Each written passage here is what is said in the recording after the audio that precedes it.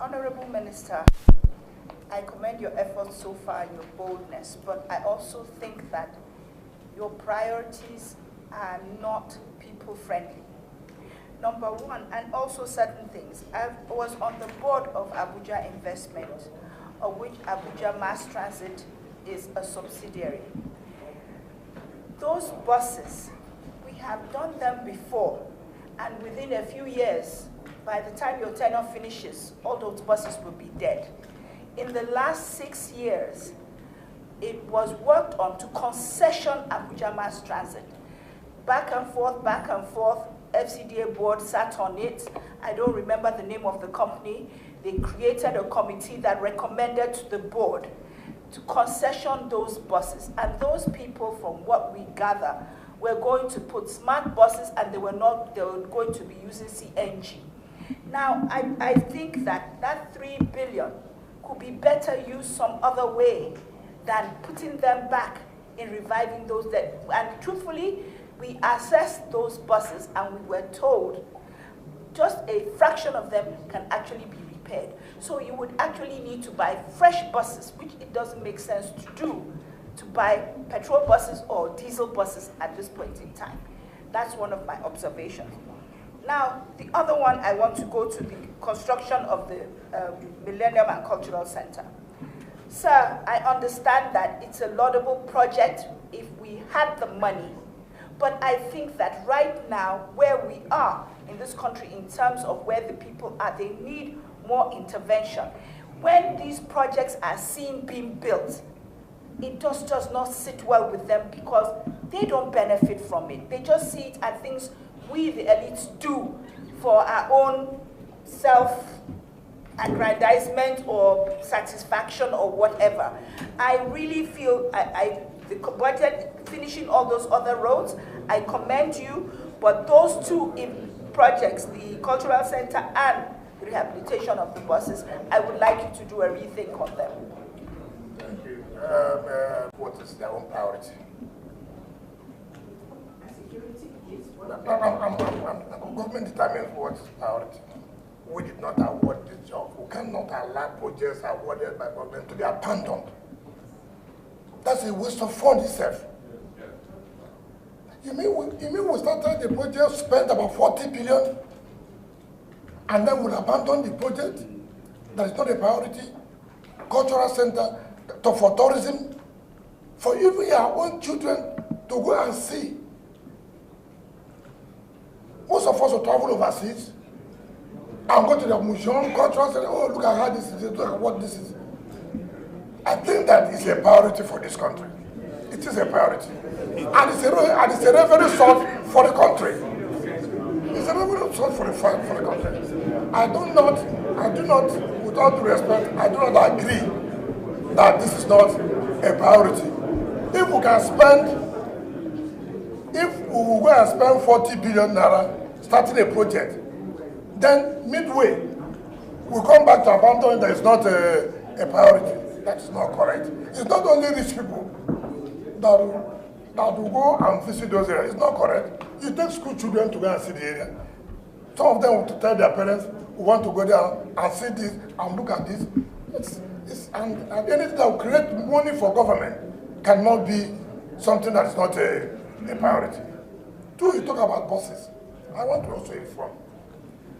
See, government has a responsibility. If you want us first to say concession, people ask, yes, you can do concession, or you can allow PPP, have an arrangement of PPP. But before that, what have you done? The mere fact that there was an administration that you failed yesterday does not mean that this one we are in charge will fail. I have that capacity that it will work. If another person comes, doesn't work, it's the person's business. When I was there, it worked.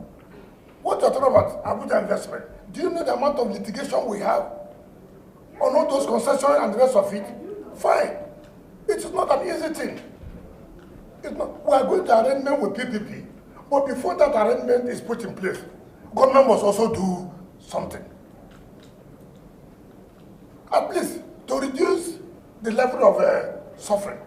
If we bring those buses and they apply to Gwagwalada, Yaya, who are the people living in Gwagwalada and Yaya? It's not the masses. I don't like being theoretical. I want to be practical. We are not doing this that it will be sustainable. We are going to enter a private agreement with people who will probably run it as a business. But at the interim level, you have to do something. We say we are going to remove Keke Napep, you know, those, what do you call it, Asokora and the rest of them. How do you remove them when there's no alternative? You must provide alternative first, then you now move them out.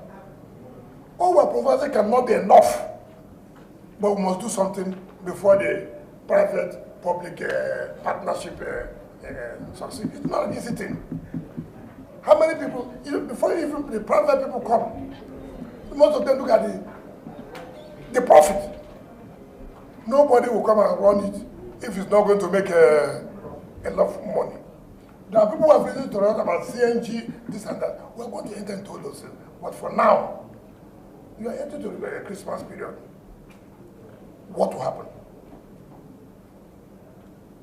So we have all these considerations. So I think that for now, all we are doing, we think that it's for the interest of the residents. And with all due respect, when people talk of the common people, if there are no roads here, how will the common people go to school? How do you drive to school when there are no roads? What schools, sir? Have you seen their schools? No, we are coming so that we don't just see. Madam, everything cannot be taken at the same time. Now we have also taken schools. In the national budget, it will provide 5 billion. What we have done now was to select about 20, 30 schools to renovate and put it in. When I read Punch and saw the students, people were sitting on the floor. It was, how many months have I stayed in the office? 3 months. 3 months. 3 months. So, you see, everything cannot be done just this supplementary budget to achieve something by May 29. Watch our 2024 budget. Look at the funding in education. Look at the funding in health and security. Then you begin to know, oh, really, we are thinking about the people. But what can we achieve now is what we are talking about. From now to so time, what we want to achieve. That's what we came for.